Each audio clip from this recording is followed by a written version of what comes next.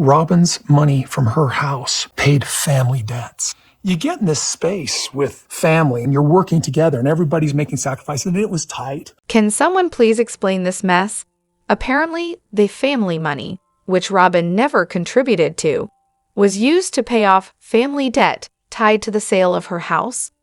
What house? At the time, there hadn't even been a sale. She never actually owned a house to begin with, unless we're talking about the Vegas house, which was a financial disaster. They lost their shirts on that one. This is just Kody doing what Kody does best, making up nonsense to justify why Robyn doesn't contribute financially, yet still gets her fair share. Let's be real, the guy is just lying through his teeth, trying to hold onto every cent he wrung out of the other wives. Maybe he's spinning some story about a land deal where he and Robyn took on debt to secure 50% of Kody Pass. But even then, what family debt? Be specific, Kody. From what people remember, it went something like this. The family money was used to buy Robyn a house in Vegas because, surprise, she came in with no assets and bad credit. Then, the same pool of money paid for her backyard first, so she and Kody could throw that ridiculous recommitment ceremony. That same upgraded backyard helped her house sell quickly. The profits from that sale, plus, again, more family money, were used to buy her massive new house. So, to summarize, family money plus family upgrades plus family profits plus more family money equals Robyn's private mansion. How convenient. And yes, maybe some of that family debt was really just Robyn's personal debt. Have you seen her doll collection? She's definitely capable of racking up a bill. The whole thing becomes even more laughable when you remember Robyn has never had a job. She came in broke and stayed that way. Meanwhile, Kody's definition of assets apparently includes trailers, jewelry, art, basically anything shiny he buys for himself or Robyn. You know, investments. He probably sees the wall art in Robyn's house as family assets too. Doesn't matter that those assets are never shared with the rest of the wives. Kody's got this pattern. If it's good, it's his and Robyn's. If it's bad, it's the family's problem. He even said Christine left the family, when really, she just left him. It's all a convoluted way to dodge responsibility and justify how he and Robyn financially drained everyone else. Yo, what's up, everyone? Welcome back to ThreadoraTalks, where the conversations are always next level. I'm your host, Jenna, and today, we're turning things up a notch. Trust me, this is one video you do not want to miss, so let's dive right in. For someone like Mary, who's been emotionally orbiting the rest of the family for years, her first instinct being to grab food and head to Janelle's felt surprisingly sincere. Say what you will about how the family fractured, but their love for the kids? That part still rings true, and it's quietly beautiful. Christine's line, "Look for me in the stars," was touching, even if the quote wasn't exact. Does anyone know what movie that's actually from? And seeing Gabriel again? Heartbreaking, honestly. I'm deeply worried for him. Losing someone is hard enough.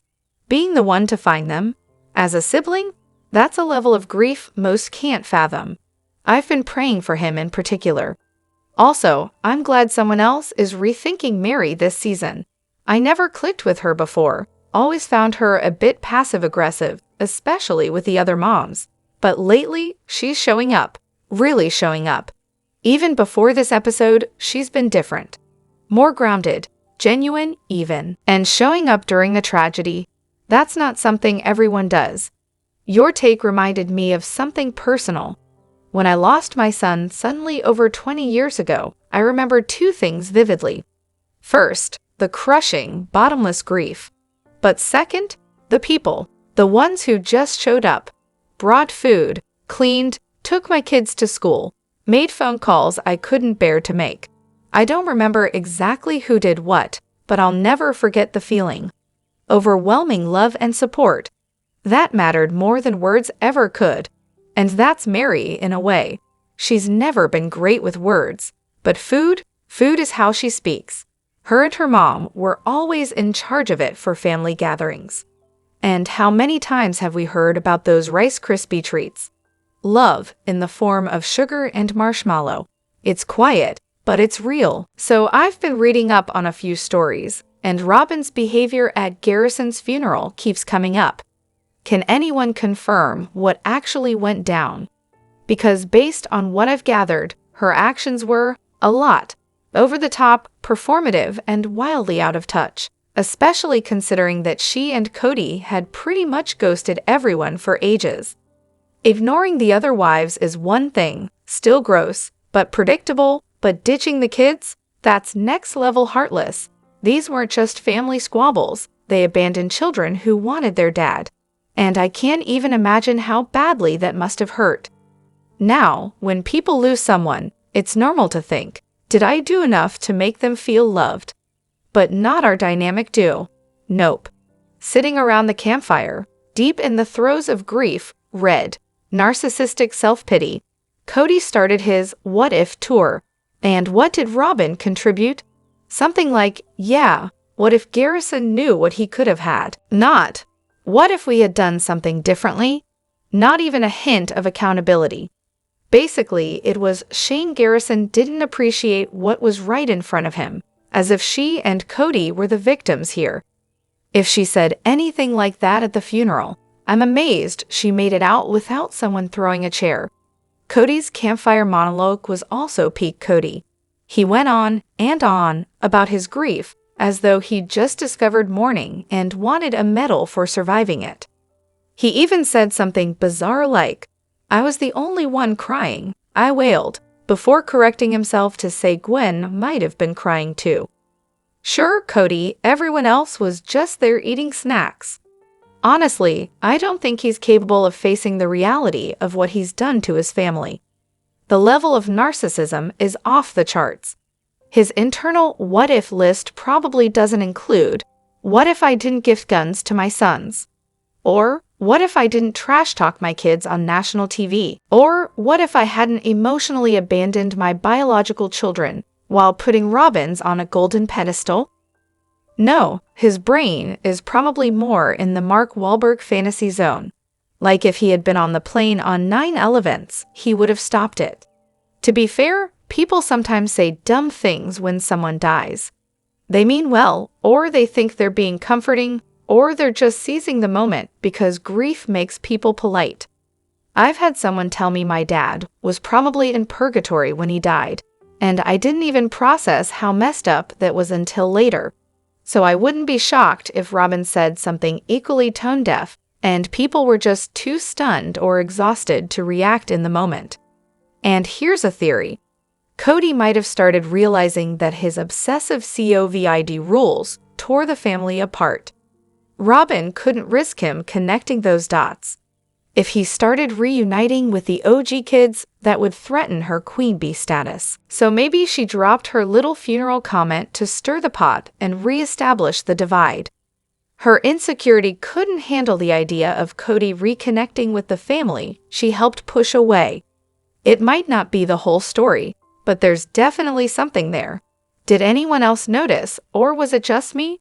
The producers barely gave Robyn any screen time this episode, and honestly, thank goodness. Maybe I'm the only one who caught it, but I genuinely appreciated how short her appearances were. Maybe it's because she didn't bring much to the table compared to everyone else. Still, considering her attitude toward Garrison and their strained relationship, I was more than fine with her being mostly edited out. The spotlight was clearly on Janelle and Kody this time. I halfway expected Robyn to pop in with some profound observation like, wow, the fire is really big and hot, just so Kody could respond with one of his classic non-reactions. Instead, we got that weird moment where she looks at him, and he calls the fire soothing, then turns and calls her soothing too. It was awkward, forced, and honestly kind of cringy. Did anyone else catch the moment when Truly's knee brother launched that frisbee straight at Tummy's head, and his only reaction was a half-hearted ugh? I actually lost it, like full-on, obnoxious bwahaha. Had to turn the episode off right then and there. I wasn't emotionally prepared to keep going. And then Ysabel, ever the queen of timing, wagging her finger and going, "Oh, not a good idea." Honestly, give production a round of applause. This episode was weirdly well crafted. Thoughtful, even. Can we get more of this energy, please? Anyway, with all the doom, gloom, and side-eye flying around lately, I figure I'd sprinkle in a little joy. David? He's like a walking mashup of corny dad jokes and warm dad hugs, and I genuinely adore him, especially when he's with Truly. I'll admit it. Like most of us, I had my reservations when Christine remarried so quickly after being stuck in that never-ending circus of a marriage. But when even Janelle's kids, like Hunter, are getting choked up in other episodes talking about how much David's brought to their lives, that hits. And seeing how he connects with Christine's kids, Ysabel saying Truly is her world and that she trusts David with her, that speaks volumes about the kind of guy he is. Plus, let's be honest, a little silliness is exactly what this family needed after years of Kody-induced tension. I usually rewatch episodes because my guy and I tend to chat through them the first time. During the rewatch, I caught something I missed before: Mary's face when she got the call from Kody about Garrison. Her expression? Absolutely gutting. Her eyes started darting around like she was trying to anchor herself to reality, but couldn't. You could see the moment she started to process the shock. I don't watch a lot of reality TV, but that moment, it felt real, raw, just heartbreaking. It's that before the phone call versus after the phone call shift. Most of us have been there, and watching her, knowing her world was shattering in real time, devastating. Honestly, outside of Gabe's scenes, Mary's reaction hit the hardest for me. And then, Robyn. Or rather, the disembodied voice version of Robyn, because the producers clearly knew no one wanted to see her do her usual ceiling-staring, eye-dabbing routine while playing Kody's emotional support puppet. She didn't even attempt to share a story about Garrison. Not one. I'm not judging her grief. Everyone processes loss differently, but it's telling that she had nothing to say. Once again, it was just her and Kody in their own little bubble, separate from the rest of the family. And that phone call scene? The contrast between Mary's raw, human reaction and Robyn's staged detachment couldn't be more jarring. I've always just found Robyn mildly annoying, but after this episode, she's officially on my nope list. Kody's out there sobbing, and Robyn's sitting there stone-faced like Garrison was some distant acquaintance. Meanwhile, I'm crying over someone I've never even met. My heart breaks for the family. I hope they eventually find peace. So on my Kelty's Patreon livestream, May 6, she reacted to Mary's recent Tamron Hall interview, because she's such a big fan of Tamron. At around the 1:13:30 mark on YouTube, a subscriber asked her a question. Why doesn't Mary ever get invited to holidays with Janelle and Christine's kids? My Kelty's answer: it's probably because of how she treated Janelle and Christine's kids when they were younger and they were getting raised. Right, that's her explanation. And yet, somehow, Logan invites Mary to his wedding. Gwendolyn invites her to hers. Hunter, Michelle, Ysabel, and Gwen are liking her posts on social media weekly. Dinner with Logan and Hunter in Vegas happened. So clearly, some of these traumatized adult kids still associate with her just fine. The truth? My Kelty has a long-standing issue with Mary. She rolls her eyes anytime Mary is mentioned on camera. She parrots her dad's narrative like it's gospel. And let's not ignore how she repeatedly brings up Mary's body and infertility, completely unsolicited and without permission. It's one thing to share your personal experiences. It's another to dish out generalizations and passive-aggressive jabs like it's a sport. She really should learn when to zip it. Because what's clear is that Mary isn't universally exiled. Just from my Kelty's version of the story. And honestly, my Kelty would love for her siblings to hop on the Mary hate train right next to her. Too bad it's just her and Peyton riding solo in that bitter caboose. There were so many people on this sub asking for grace toward my Keltie because she lost her brother, and I said nothing. Even when she was bashing Mary, and even her deceased brother, the same month he died, she's not just occasionally unkind. She's consistently nasty, rude, and tone-deaf.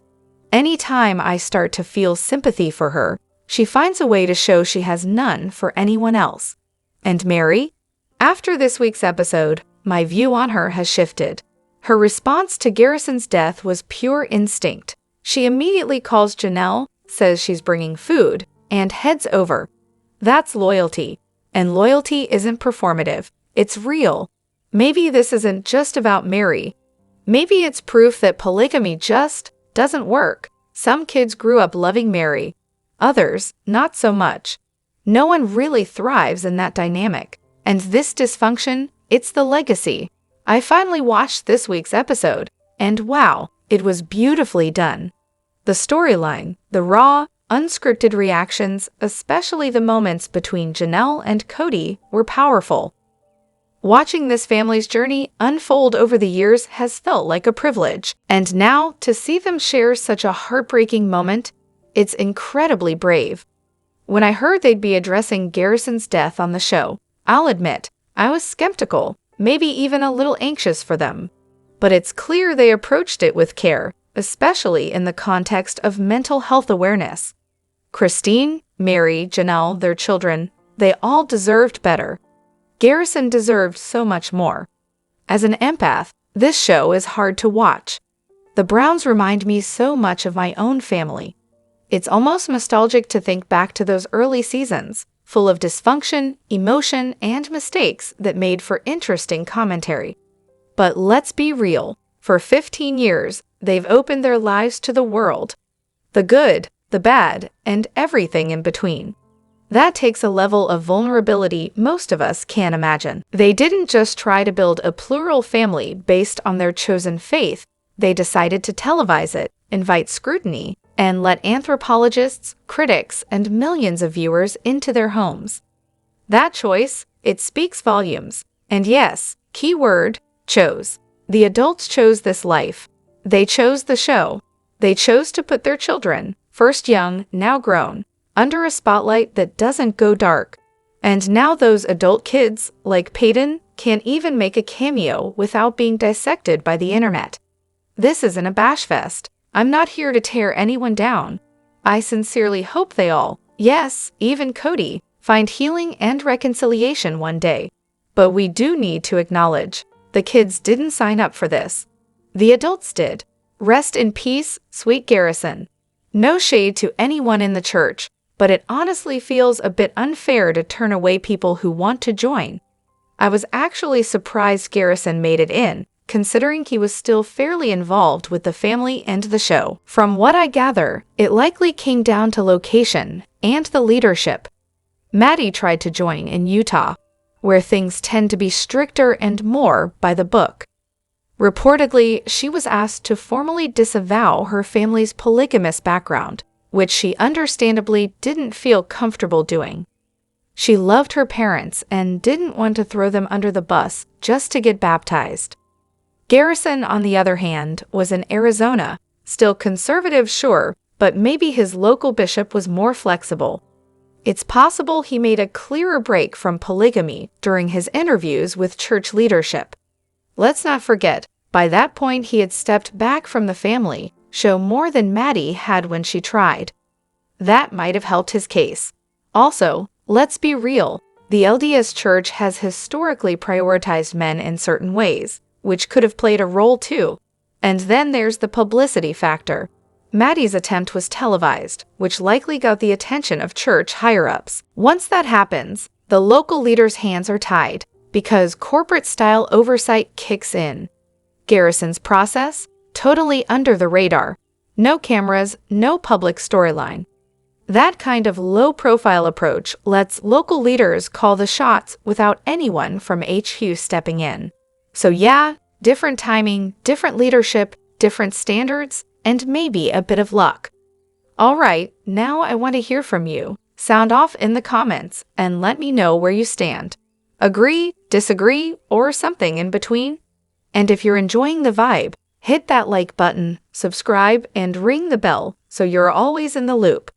Your voice counts, and I'll catch you on the next one. Thanks for hanging with me.